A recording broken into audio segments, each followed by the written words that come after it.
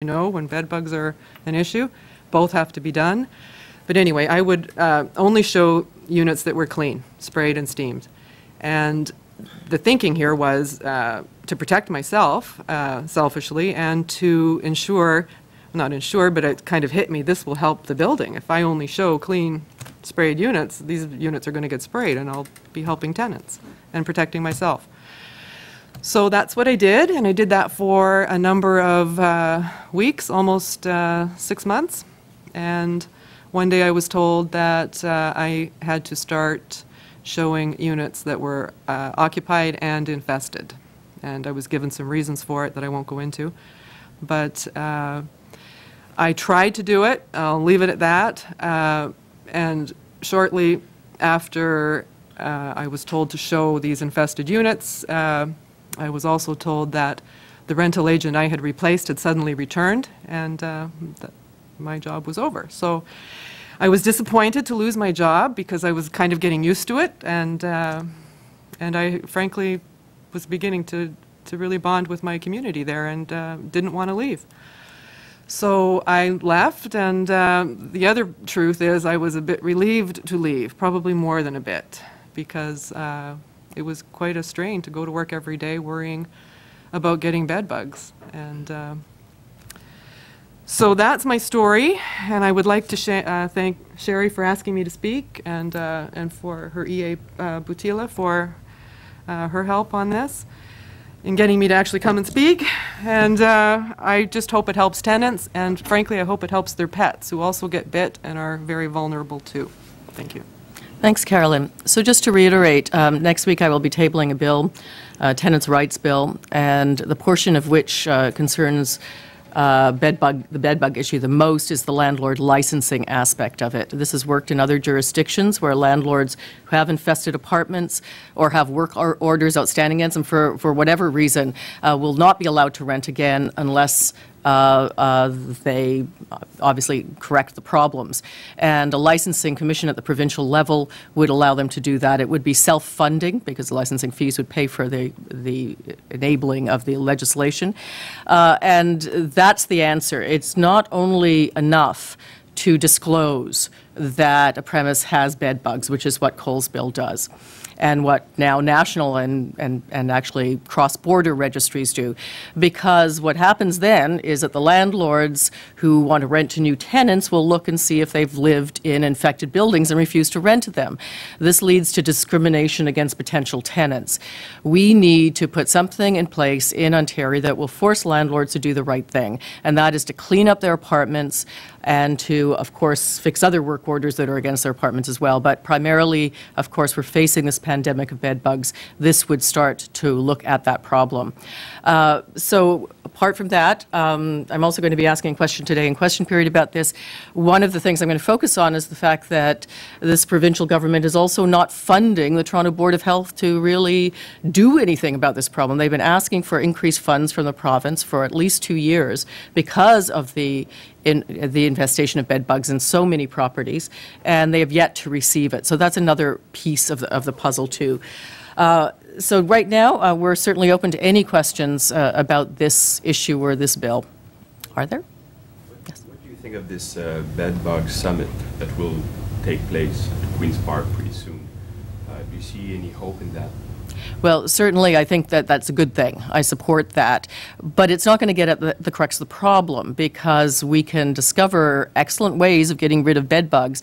But if landlords are continuing to rent infested premises and there's nothing to force landlords to clean up those premises, we could have a foolproof way of getting rid of an infestation, and it wouldn't do the tenants any good because, again, it's going to cost some money. We know this. And if the landlord refuses to pay or to do it, what good is knowing how to get rid of them going to do any tenant in this province, or anybody else for that matter? Because, of course, we know that bed bugs spread apart from rental issues. We had the scare here, of course. They might be here in the chairs in the media studio. We don't know. So we have to really look at landlord licensing as a way of really forcing the people who own the premises to do something about it. Anything else? Mm-hmm. landlords are forced to take those actions and to pay more fees in order to get their licenses, aren't you afraid it's going to bring the prices of apartment up and then people won't be able to afford it anymore? The answer to that is jurisdictional history. No, it hasn't, because in the jurisdictions that have landlord licensing, that hasn't happened. And Vancouver is one of them. Usually the license fee per unit is pretty low. I mean, it's really like paying insurance, if you think about it. I mean, in Vancouver, example, the fee is $60 per unit plus a $50 application fee.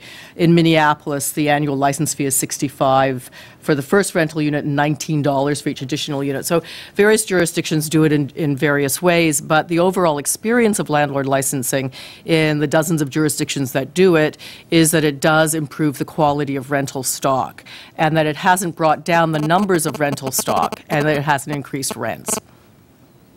Can any of you shed any light on how extensive the problem is across the province? Do you want to tackle that? Well, it's not something that people really like to come forward and disclose. I mean, that's led to, Mr. Cole's idea that if we force people to disclose, we can find out the extent of the problem and start to do something about it. But we certainly have heard problems from many different communities, particularly across southern Ontario. I don't think anybody really knows what the full extent of the problem is. Is it time then for a very aggressive provincial strategy? Because it's probably, obviously, not just a Toronto problem. Absolutely. That's why we're calling for this as a provincial piece of legislation. But the government's got to step up. I mean, partly it's money. They have to fund Toronto Board of Health so that it can do its job in Toronto's case, but other boards of health as well. But also it has to do something about forcing people who own these premises to clean them up. I mean, that's really the bottom line across the province. There are registries that you can go online and find, what properties, and people are posting all the time to those registries about what properties have bed bugs. But as I said up front, the trick with that is then it ends up stigmatizing the tenants as well as the landlords, and really it's not. I mean, tenants may be part of the problem, but they're not the solution. The solution is the landlord has to clean up the premises. A landlord who wasn't interested in renting to someone who showed up with no stuff. So is this, I mean, really, do tenants have much option here? Either they show up with their stuff or they or they don't show up with any stuff, and the landlord gets quite suspicious. Yeah. Ed, do you want to speak to that at all? Well, primarily in regards to that, my personal experience in regards to working with St. Jamestown, the people in St. Jamestown, for the most part, you can go to a Goodwill store, for example, and buy a used Chesterfield and bring it home and not be aware that it's infested. So when you have it in your apartment, the next thing you know, it's spread everywhere, and then you have to go through the process of having it steam cleaned and then sprayed afterwards. So with all due respect to the determination of where they originate from, or if you're bringing them with you, that's very broad, it's widespread. So, and for the most part, in high priority neighborhoods, like community housing neighborhoods, and there's an epidemic in that respect. So you could have people that are low and moderate income are always trying to be very conservative in their spending, of course, because they simply don't have it. So they may go from time to time to different discount places to buy furniture. So that is one avenue that has to be explored a little bit more. And also the fact that once again, as Cheri stated, that it is the responsibility of the landlord, according to the leasing agreement, when you move into the premises, that the premises are well kept, they are in good repair, and infestation free. So the other thing I would add to what Ed's saying is it's not only a low-income problem. We had a woman come into our office who was paying, quite a hefty rent for quite a luxurious apartment and had bed bugs. They can come from anywhere, and this is a problem. Certainly in the New York experience, they're all over. I mean, Manhattan's not a cheap place, and they have bed bug problems there too. So like anything else, these will spread. Again, her fight became with her landlord to clean it up. And she wasn't winning that fight. So I don't think it's only about low-income premises. It can be about any premise at all. And spending a lot of time pointing fingers and arguing about who's responsible, who caused it, doesn't really get us anywhere to solving the problem.